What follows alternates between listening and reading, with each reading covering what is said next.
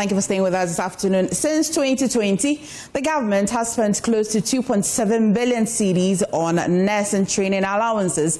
But while billions have gone into stipends, the country is still unable to absorb more than 70,000 qualified health professionals, including nurses, who have been home since 2021. This afternoon, we bring you the details and analysis as Health Minister Kwabena Mensah-Akando appeals for patients, urging the nurses to keep hope alive.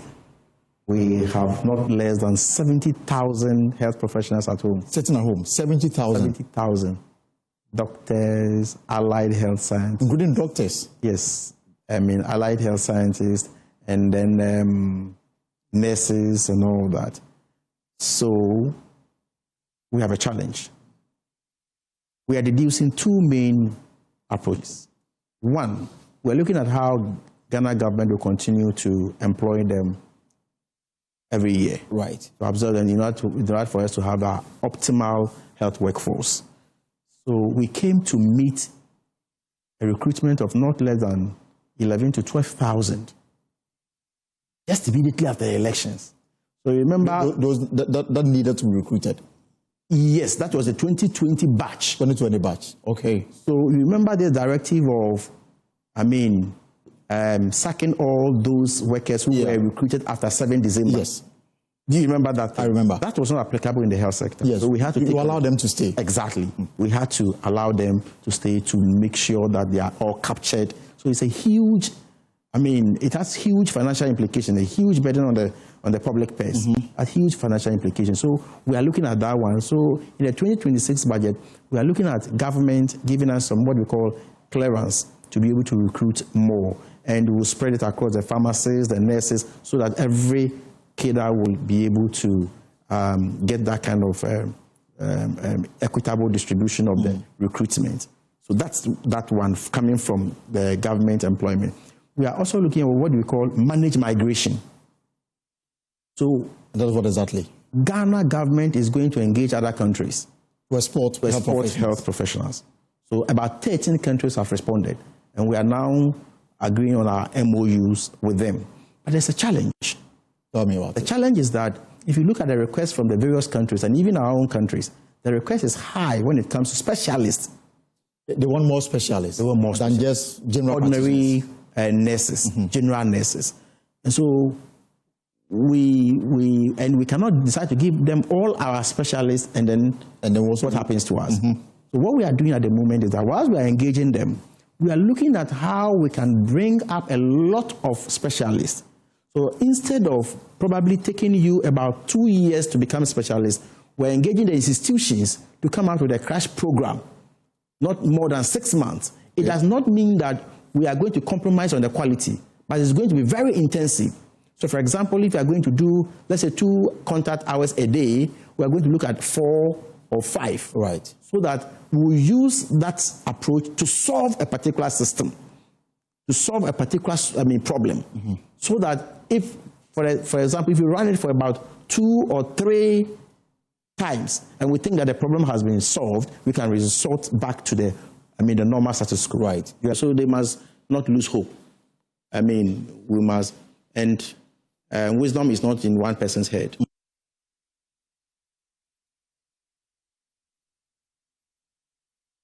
Well, beyond the wisdom not being in one person's head and beyond keeping hope alive, what's the budgetary constraints facing healthcare delivery in Ghana? JoyNews Research has been looking at the numbers, and lead data and research analyst Isaac Kofi joins me in studio with details. Kofi, is our health sector fiscally disabled? Well, the big number that explains it is that you have about 70,000, at least 70,000 health professionals or personnel who are currently not employed by government, and this includes doctors and nurses and other allied health persons also not employed. Now, yesterday, Elton asked the health minister an important question, that if you look at this 70,000 health personnel who are not working currently, is it because of financial reason? And a simple answer is that is also a big factor. So what we decided to do is that the only reason why that a country that is struggling with patient to health personnel ratio and having about 70,000 people sitting at home and currently even looking for external means of employment for them, then there is something fundamentally wrong with possibly the fiscal nature or the budgetary allocation when we talk about health. So what we decided to do is to look at our health budgetary allocation since 2020. And this is a very big figure you see on the big wall. Almost 75 billion Ghana cedis is how much we have allocated to our health sector since 2020. And in fact, in terms of the areas where we spend the most, if you take away education, which is always the biggest, health is always number 2, followed by others like defense and what have you. 74.8 billion is so far. So education actually has the highest. But not even the energy sector. No. It's education has the highest. Just free SHS alone takes about 2.5 to 3 billion, Ghana cedis to run. Okay. And so it tells you why that's important, even if you like basic education and all of that. But health sector, in terms of allocation, we are looking at close to about 75 billion. That is a big, that's about close to about 7.5 billion US dollars that we are looking at. That can solve a lot of infrastructure problems and all of that. But hold on, let me disappoint you. Out of that 75 billion Ghana cedis, we spend close to about 47 billion. That's about 63% of that.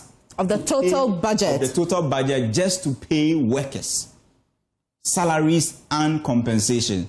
So that tells you why that aspect of employing new people has become a challenge, because when you are looking at the budgets, you're looking at the compensation side, you're looking at how much will go into capital expenditure, building new hospitals, buying equipment and what have you.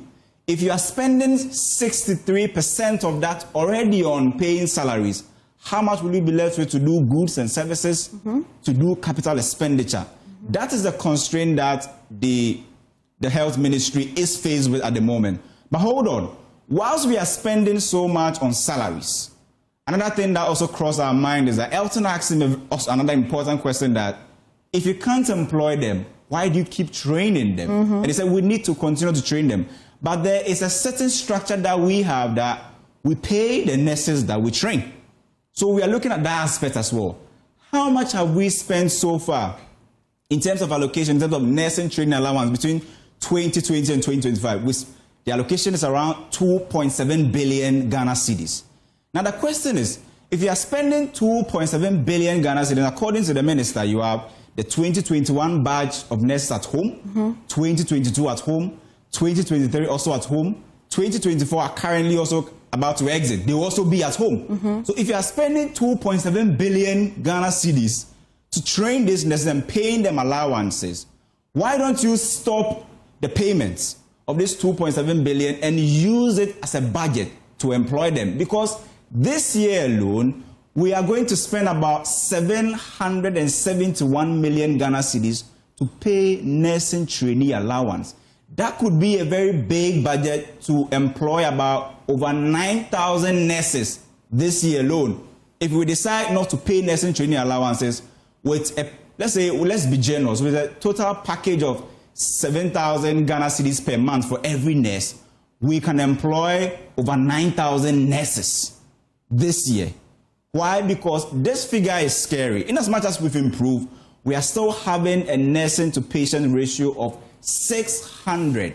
So each nurse that we have in this country, on average, is serving about 600 patients. And if you go to the big hospitals, it could be less. So the big question is, why do we continue to pay higher in terms of nursing training allowance, and we still complain that we don't have money to employ? Why don't you scrap the nursing training allowance and use that money to employ more nurses into the system, instead of looking at just the external means? Because the health minister says that even the external side that we are looking at, they are calling for experts. So if you are giving away your expert, what will become, in terms of the nature of your healthcare delivery? Already we are struggling, and that's a big question that we need to ask. And just yesterday, 7,000 of some nurses and midwives as well are saying that they may be threatening strike because they haven't been paid since January this year. Because of this is the Kudi, huh? Thank you, Isaac. But away from that, President John Dramani Mahama says the government is reviewing the Ghana Investment Promotion Center Act to scrap the minimum capital requirement for foreign investors. Addressing Japanese business owners, he explained that the change will allow companies, whether they bring in $50,000 or $100,000, to easily set up and grow businesses in Ghana. He was speaking at the 9th Tokyo International Conference on Africa Development. We're open for business, and Simon and Co are busy at work reviewing the Ghana Investment Promotion Center Act. Some barriers were put to foreign investment. You had to prove that you had brought in a certain amount of money to be classified as a foreign investor. In the reviewed Ghana Investment Promotion Center Act, we're removing those minimal capital investments. This will enable any investor, however little money you have, $100,000, $50,000, to be able to come in and set up a business in Ghana. Again, we have a track record for hosting Japanese companies. And as you saw from the list there by Madame Jetro, Executive Vice President, the number of Japanese companies that are operating in Ghana is significant, and we're expecting that that should expand. From Simon's presentation, he told you about $152 million has been invested over the last few decades. We believe that there is growth room for improvement and expanded investment from Japan. We're moving just not only from overseas development assistance, but we're moving to trade and investment. And the private sector will be that engine of growth. And so trade between our two countries grew by over 24% from 2020 to 2024. That is quite a significant jump. Meanwhile, Foreign Affairs Minister Samuel Okudzeto-Ablakwa is giving assurances that investors will not regret taking a step to put their capital to use in the Ghanaian economy. The minister, who had joined President Mahama on his investments pitch earlier today says the investment atmosphere is conducive, especially under the new administration. The pledge that we make to you as the Foreign Ministry of Ghana is that when you decide to invest in Ghana, you can count on our full and integrated support, right from the support that our Ambassador Palu here will give you at our mission in Tokyo, all the way toward GIPC, the Ministry of Trade, and others working in concert will afford you. We are determined to ensure that your investment is not only protected, but you also have good returns. Also, starting September 1, Ghana will give all its ambassadors and diplomats clear performance targets they must meet as part of efforts to prioritize economic diplomacy. These targets will focus on bringing in investments, creating jobs, and building investor confidence. Foreign Affairs Minister Samuel Okudzeto-Ablakwa, who announced this during the 9th Tokyo International Conference on African Development, explained that the target will make envoys show how they are helping to attract investments, support trade, and build investor confidence. On the 1st of September, the President will be launching the first of its kind, a novel KPI, key performance indicators, for all ambassadors and diplomats from the Republic of Ghana. This has never happened in our history. And when you peruse that document, you will see that economic diplomacy is at the heart of it. The President wants our diplomacy to make an impact. Our diplomacy must lead to the improvement in the lives of the people. Diplomacy must promote investment, and diplomacy must create a safe haven for all of those who invest in our country. And that is what the Foreign Ministry has been charged to do. Well, on this matter, Dr. Jabril Mohammed, economist at the University of Ghana Business School, joins us via Zoom for more. Thank you for joining us this afternoon on the news. Now, first, how significant is the minimum capital requirement in shaping Ghana's investment climate? What's really the reason for having the minimum requirements in the first place? Thank you very much for having me. Every especially even banks, they have a minimum capital requirement. A minimum capital requirement is basically about the amount of money that you have deposited to give surety that at the end of the day, any time you have challenges, the minimum capital requirement can come in to suffice so that the business don't go bad. So even if you open any business, the amount of money you put in, you call it an equity, but that amount of money you put in as an equity is a debt to the business. You will have to eventually pay back. So you cannot operate a business without any minimum capital requirement. That isn't good for you as a business. So it is very relevant to us as a country that we have something like that in place. But if government says that it doesn't want to give them a minimum requirement and tells them that, okay, fine, you can set your own capital requirement and live within a particular remit. But when you give them the minimum capital requirement, they have a level of tiers that they are supposed to rely on. They can have a tier 1, tier 2, tier 3. So based on where you find yourself in, your investment appraisal or appetite is hedged on those areas. And also it helps to be able to hedge against risk of exposure to the balance sheet of the business. So it's very, very important. That is why when even banks, your minimum capital requirement is falling, the Bank of Ghana is asking you to top it up. So it's very relevant to us as a business. And so with this call from the president saying that he's going to scrap it, do you find it a bit risky? Well, it may be a bit riskier because if there is something called balance sheet optimization. So in the balance sheet optimization, we are looking at the assets and the liability of the business. And in looking at the liability aspect, the assets is equal to liability plus equity. That gives you the total shape of the business. So if you step up the equity aspect of the business, then you are telling us that your asset is not equal to your liability. So when there is a shake in the system, there is no any shock absorber to be able to absorb it. Okay. So when you scrap a minimum capital requirement, you expose the business to a high risk level. It means that the business will now be relying more on debt financing rather than what? Equity financing. And that is a bit troubling for the business. Okay, it's troubling for the business, but for us as a country, the economy largely?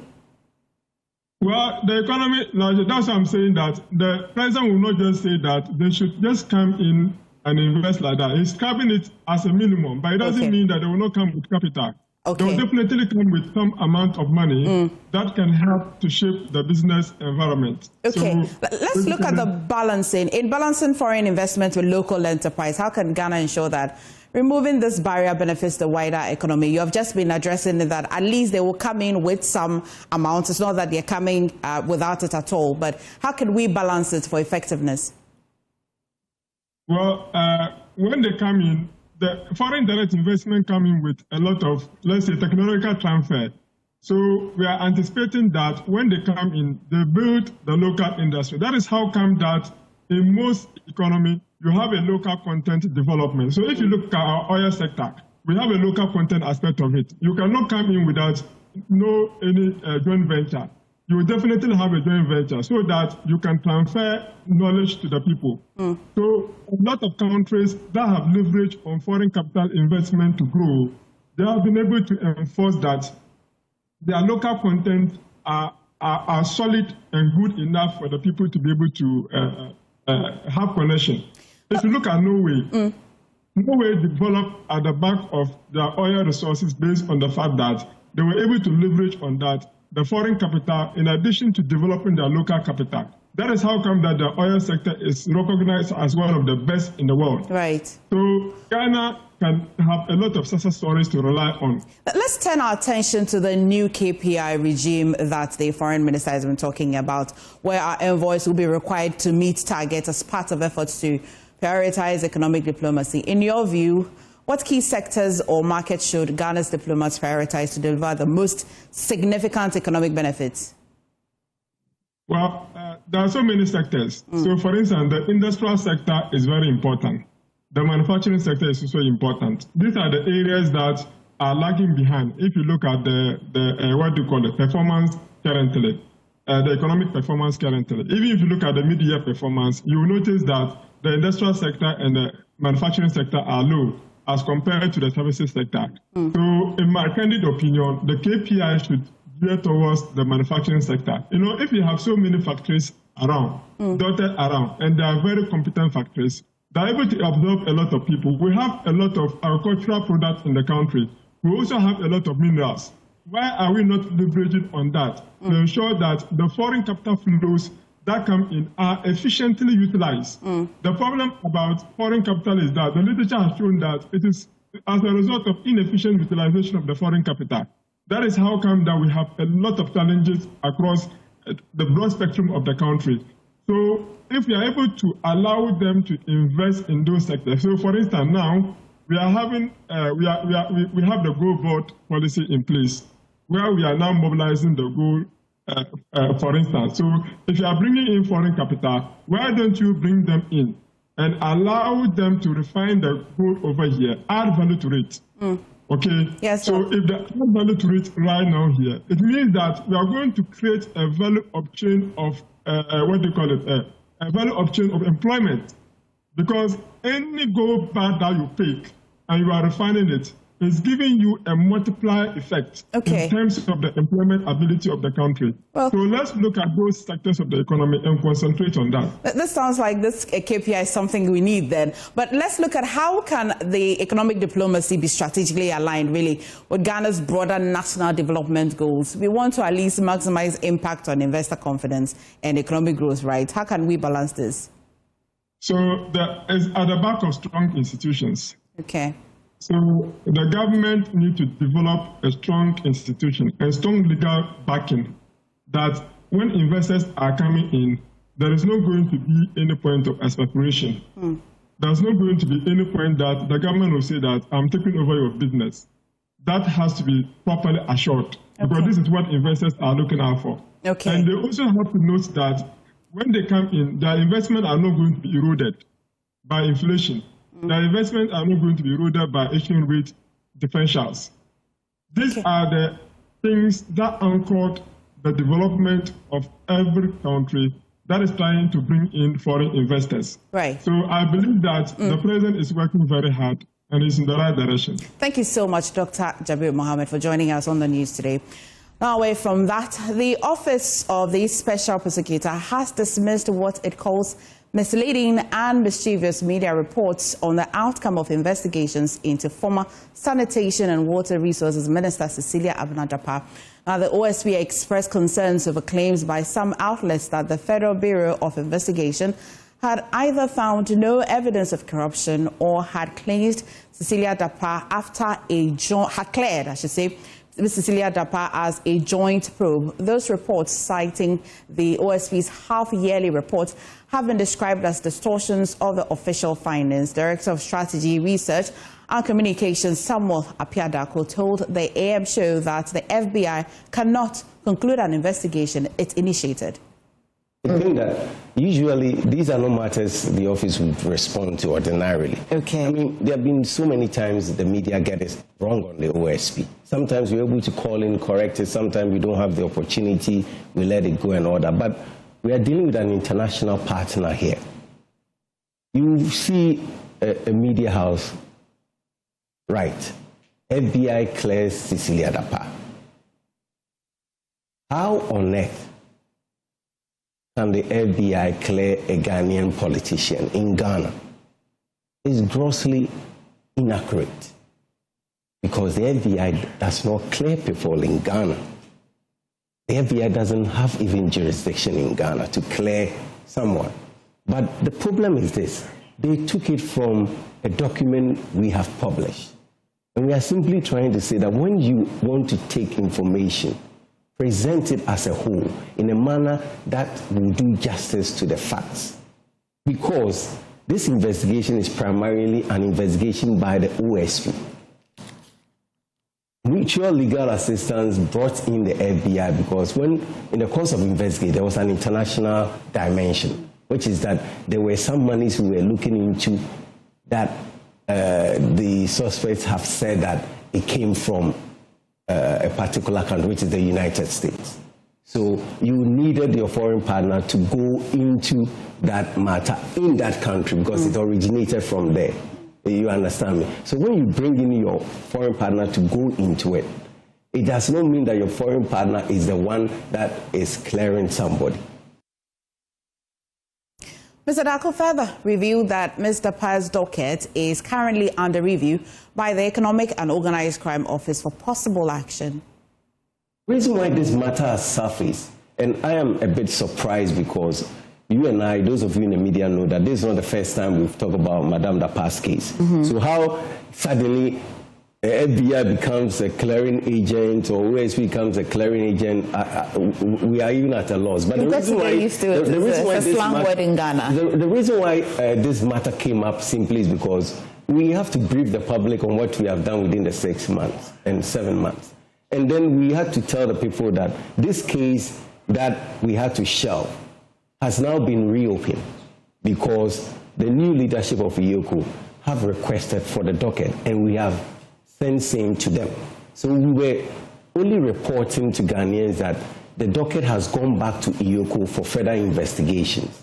So how the facts that we have always narrated in the past 2 years suddenly jumps out as a new fact, and where some media houses try to twist it to make it look like, some people even believe that the FBI in US were the one that had issued a statement clearing Madame Dapa. I don't believe it.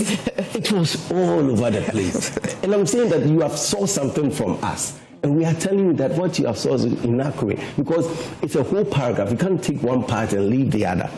Other than that, you want your clickbait, we understand, but there are several ways to still gain traction on the internet. Okay. Just by being accurate.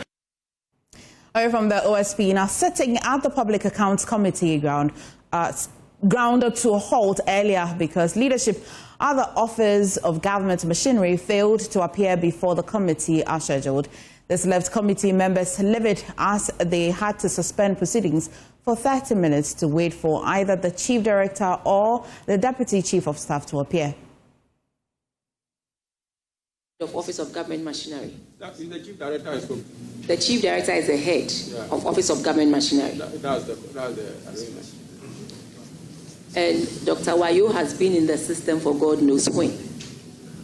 You take up responsibility, come and discharge your mandate per the responsibility you have taken, and you are running away from that responsibility.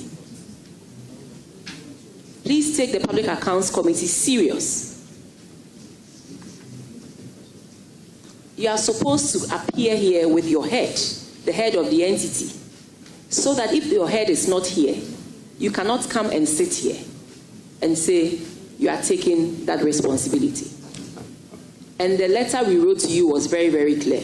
So respectfully, wherever he is, he has to come for us to continue with proceedings. That is part of his mandate as the Chief Director of the Office of Government Machinery. When we take up roles, we live by them and we discharge the mandates every time we are called upon to do that. Staff. Deputy Chief of Staff. A Chief Director, yes. Every ministry has a Chief Director. But Office of the Government Machinery is always headed by the Deputy Chief of Staff. So please, when you go back, tell them, this is a parliamentary committee. We cannot just, we want people who are responsible so that when we are demanding of them, we'll do that. Since we are waiting for the Chief Director to get here, we'll suspend sitting for 30 minutes. We'll go live to Parliament where James Aveji joins us with more. Now, James, did they finally show up and why were they late? Well, MFA, this particular incident happened at about 10:23 and at about 11:06, the Chief Director of the Office of Government Machinery, Alhaji Dr. Abubakar Wayo, then showed up before the committee. And when he was inquired from on why he came late, his explanation was that he had to tidy up a few things, that's in his own words, tidy up a few things at the office before attending upon the committee. The committee chair, Abna Osasari, wasn't happy about his explanation. In response, she said, in fact, she's disappointed in the fact that she didn't even expect any attempt of an explanation from him, but to apologize to the committee and ask for proceeding to move on. And so that was his explanation. The committee wasn't happy, but eventually they kickstart the hearing with the Office of Government Machinery, which had to deal with some issues from the Northern Development Authority, the Zongo Authority, as well as two other agencies that were under the Office of Government Machinery, which is still proceeding. Now, it looked like Dr. Wayo's woes were not over when they started the proceedings, because the Council of State was also cited in that Auditor General's report, and they were expected to appear before the committee to answer questions, but they also failed to appear before the committee. And when they inquired from him, he said their letters have also been sent to them, and so he doesn't know why they failed to appear before the committee. The members had a view that he, as a leader of the team, was expected to marshal all his subordinates to appear before the committee and answer questions. And so it is unclear what decision the committee will arrive on the absence of the Council of State. But the Northern Development Authority have just finished answering questions with a lot of issues cited. And so the committee, in the final recommendation, asks that the Chief Director take full responsibility oversight over that particular development authority and clean up the mess that they have created there. Appearing before the committee now is the Zongo Development Authority. We do not know yet what the committee will say about the absence of the Council of State, but the ranking member, in his initial reactions, threatened some contempt of Parliament. It is unclear whether the Council of State will be cited officially for contempt of Parliament for failing to attend upon the Public Accounts Committee today. Right. Thank you, James, for bringing us an update on that particular incident. James will bring us more in our subsequent bulletins. But away from that, the 2025 West African Senior School Certificate Examination has officially begun at the Accra Academy Examination Center, where 1,729 candidates are writing this year. The center is hosting candidates from 3 private schools, with the students tackling oral English paper today, marking the first step in the week-long nationwide assessment. My colleague Stephen Mensah was at the center and reports. Beginning a crucial journey today, the 2025 West African Senior School Certificate Examination. At the Accra Academy Center, a total of 1,729 candidates are writing this year, including students from 3 private schools hosted here. Today, they start with the oral English paper, the very first step in the weeks-long nationwide assessment. Isaac Cheneba is the headmaster for Accra Academy in charge of academics. We want to run a seamless exams. So we as management, we have involved ourselves fully in the examination. We want to make sure that all the rules and regulations WAEC has given to us, we are going to adhere to them strictly, so that we can have seamless examination throughout the period. We have taught them almost 3 years. We have gone through our mocks, first mock, second mock, and we think that they are prepared enough to write these exams. He further tells JoyNews that the school has strict measures to ensure the process remains credible and free from malpractice. Security-wise, we have written to the Kaneship Police. So as I speak, we have a policeman inside there. As a policewoman inside there. So for security-wise, we don't have any problem. Everything is in place. Our headmaster is here. Assistant heads, we are all around. And we have vigilators also there. We have read all examination etiquette to them, and they are aware. And so we are making sure that everything goes on smoothly. For many candidates, this moment is a combination of months of hard work, late-night studies, and preparation. It went well because we were well prepared. We had series of tests all the time.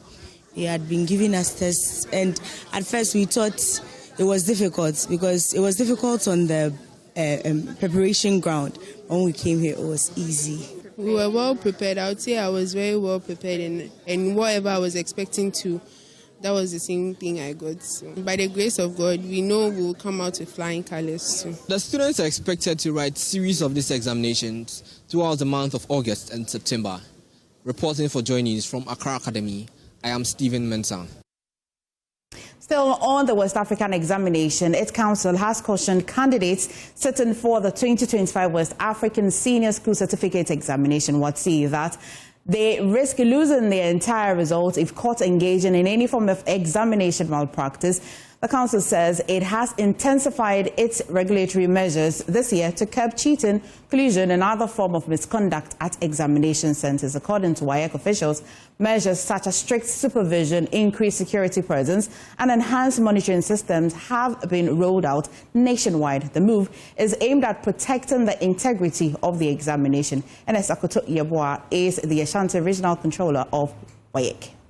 So it depends on the kind of malpractice you are involved in. There's a few examples I cited. So if you bring in a piece of paper with or without any inscription on it, you are caught, we complete a report, and you may lose your subject result, the subject you were writing when you were caught with a piece of paper. It is, as I said, classified as a foreign material. But a mobile phone is also a foreign material. But if you are found with a mobile phone in the examination room and fully established, you may lose your entire result. And if I say entire result, the ones you've written and the ones you are yet to write, if it is established that you brought a mobile phone, then you will not even receive a result, any result. Then, apart from that, there are some things that if people are involved, like impersonation or attack on examination officials and the like, where after losing your entire result, you may be suspended from writing examinations conducted by the council for a number of years. In fact, some kind of cases may even affect the school itself. Yes, if it is mass cheating, and it is to some level or a number of times, then the school itself may lose its recognition, or we may withdraw the recognition of the school. So these are just a few penalties that could result from examination malpractice. Thank you, sir. You're welcome. And also some updates on illegal mining. The Inspector General of Police has intensified operations against illegal mining, leading a raid on the farming town of Isase Bontifufo in the Amanase West District of the Ashanti region. Although the miners managed to escape, 4 excavators used in the activity were impounded. The operation forms part of ongoing special anti-galamsey operations being conducted across Manso, Edubia and surrounding areas. Last week, the police team encountered strong resistance from residents of Bonteso, where warning shots had to be fired to disperse illegal miners. In the latest operation, 38 personnel, supported by 6 service vehicles, were deployed.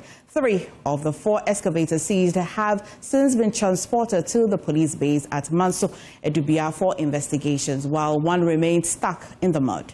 All right, so we are currently at Ankaria district, one of the mining sites where the illegal miners, you can see how they have destroyed the water body and then how they have degraded the land.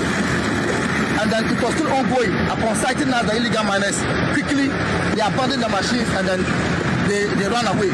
So our men are currently trying to track the machine out of the pit so that we can quickly load them on the low bed and move them to base.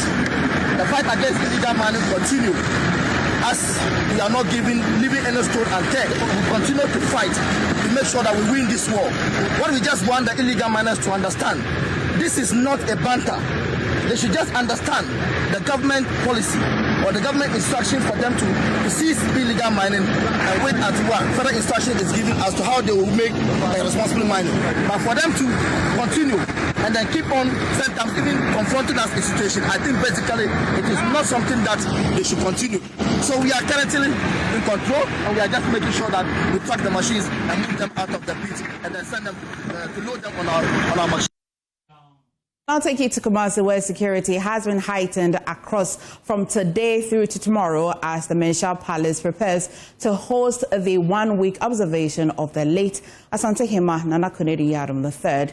The one-week rite is expected to draw thousands of mourners, including royals, chiefs, government officials, and citizens from across the country. Police, military, and other security agencies have been deployed in and around Kumasi, particularly within the Mensha enclave, to maintain order and ensure smooth proceedings.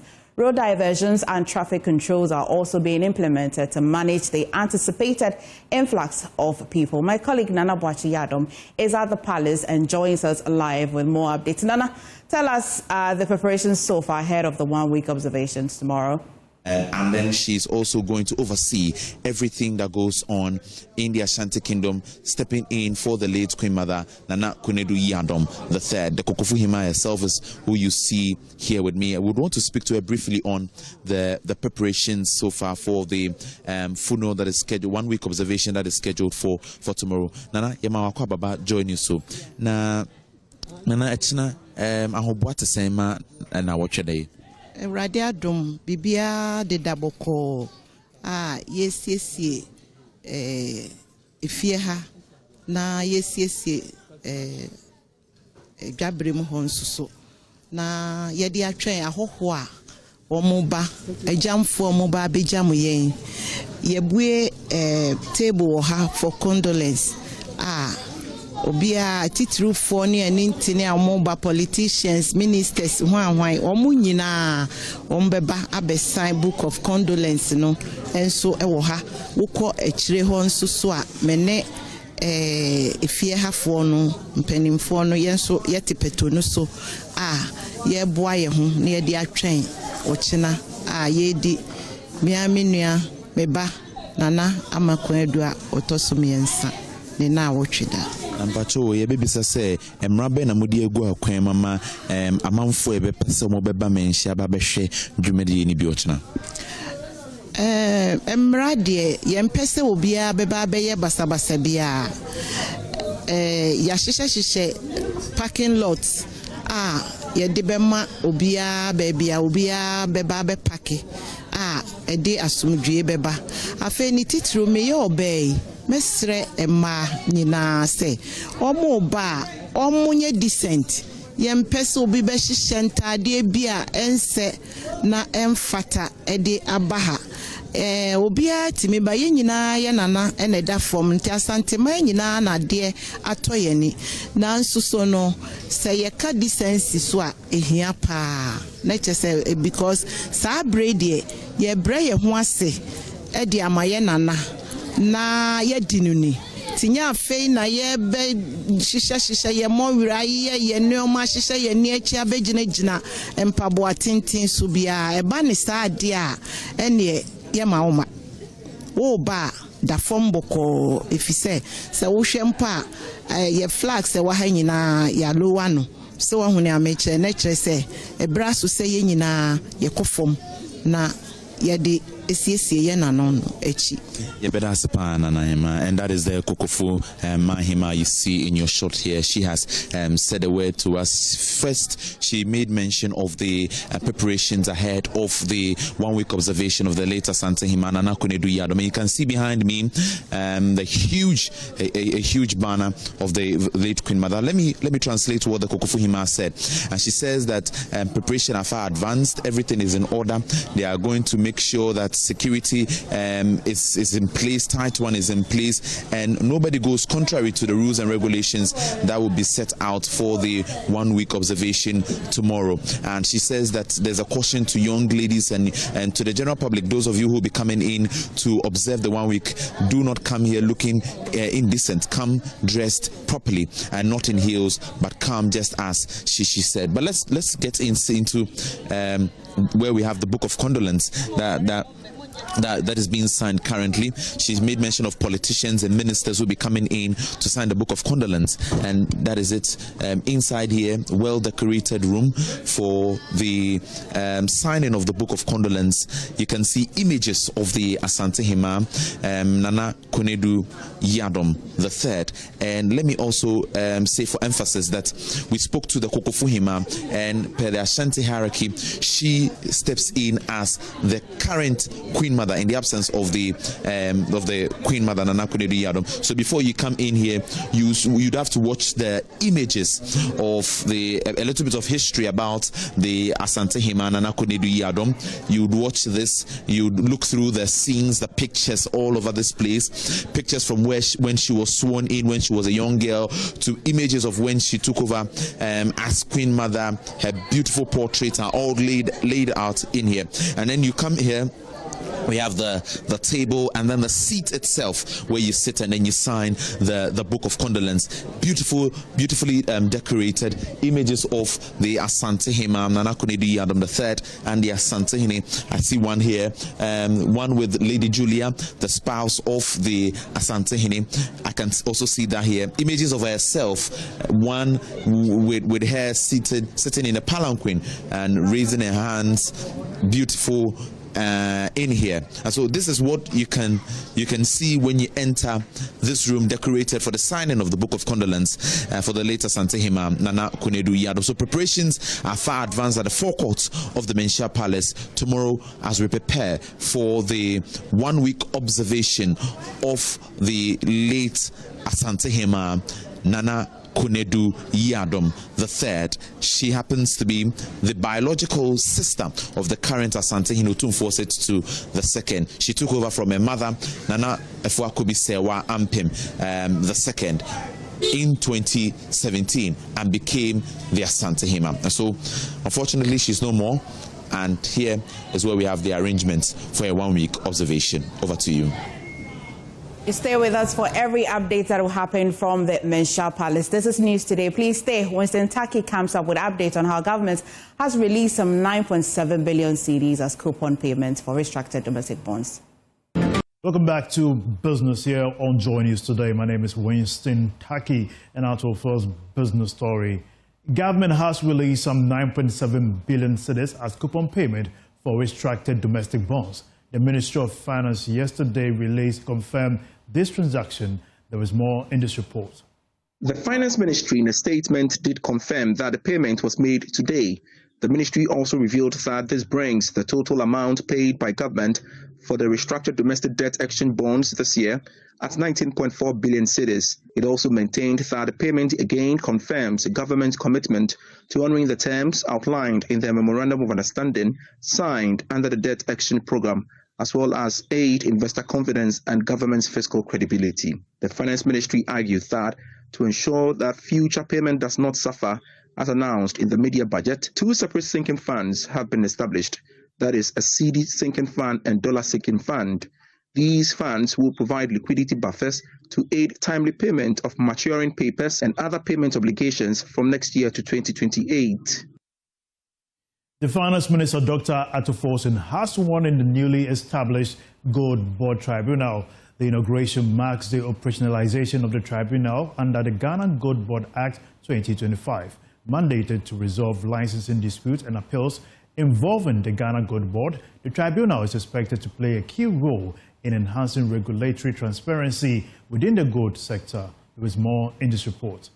The Gold Board Tribunal is a non-permanent body composed of a chairperson with substantial legal or gold industry expertise and two members with knowledge in mining law or commerce. The tribunal is empowered to hear appeals arising from decisions of the Gold Board, including licensing disputes and matters handled by the Dispute Resolution Committee. Finance Minister Dr. Kasiel Atufosin, speaking at the swearing-in ceremony of the Gold Board Tribunal, charged the tribunal to oversee decisions and issues from the Gold Board with impartiality and professionalism. Clearly, you are qualified enough to handle the affairs as the board chair, as the chairperson of the Ghana Gold Board Tribunal. The two other members are also supposed to have expertise in minerals and mining law or commerce. And clearly, Mr. Hamidou, Mariam, and Justine Secretary Waja, the two of you also qualifies enough to be able to perform that function. I'm glad to inform you that His Excellency the President considers you competent enough to handle matters that will come before you, and will urge you to do your job diligently to be able to support the Ghana Gold Board to perform effectively to the benefit of the people of Ghana. For miners and investors, this could mean quicker resolution of disputes and stronger confidence across Ghana's gold industry, with the tribunal's rulings carrying the same binding force as a high court with appeals, progressing only to the Court of Appeal. Biadola Mote is the chairperson of the tribunal. You get people complaining and talking about their licenses, the way they are handling them and those things. So those are issues that we'll look at if they make formal complaints to us. But they have to go through the formal process of complaining. You just don't take the press. But I suppose government institutions always make decisions and some people are dissatisfied with. So there's always a third person who will come in. And that is what we are supposed to do. Like they say, justice delayed is justice denied. So we will try within all the constraints that there are to do justice as quickly as possible. With Ghana producing 4.8 million ounces of gold in 2024, nearly 40% from small-scale mining, the tribunal's role in safeguarding fairness will be key to sustaining growth and investor trust. David Mason's report, read to you.